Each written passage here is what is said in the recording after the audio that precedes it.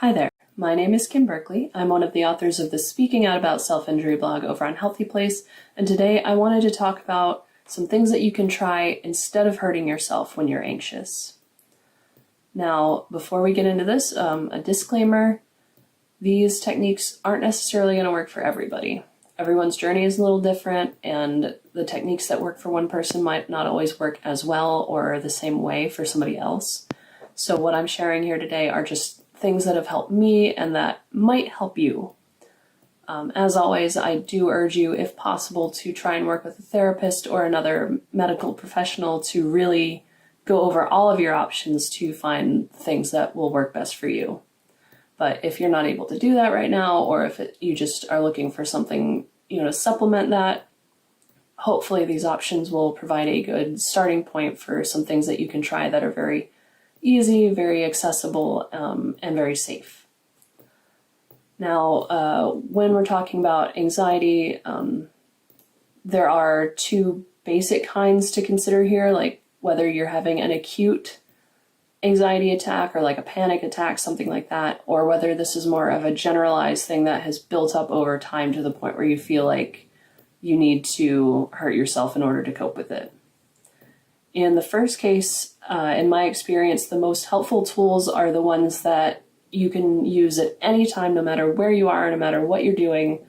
So they don't require any particular equipment, they don't require a lot of space or energy, and it's just something very simple that you can remember to do in the moment that will help lessen the impact of the anxiety and get you through that attack and out to the other side, hopefully without hurting yourself.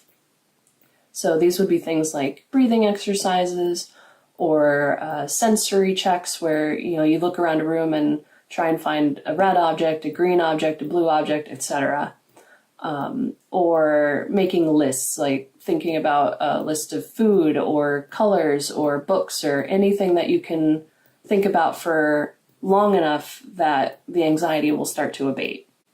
Now, once you're on the other side of that attack, or again, if you're struggling more with a generalized version of this, where it's something that's building up over time and not just an intense attack, this is where you'll want to try and get into slightly more involved things, at least, again, in my experience.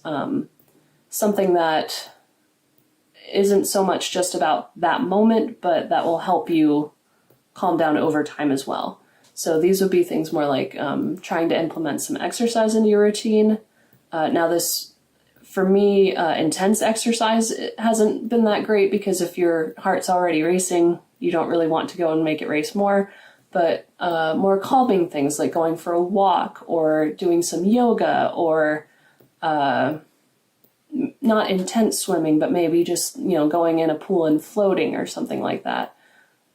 Something physical that gets your mind off of things and makes your body feel better, but isn't necessarily going to put more strain on you. Or things like art therapy or journaling or things like that. Anything, especially self-care. I found self-care really effective in this regard.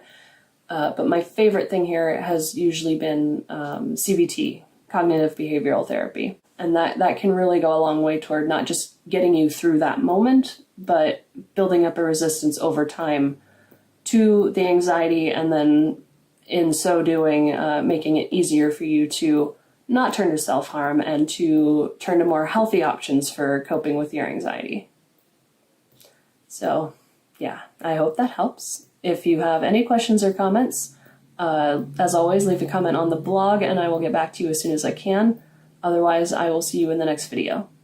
Take care.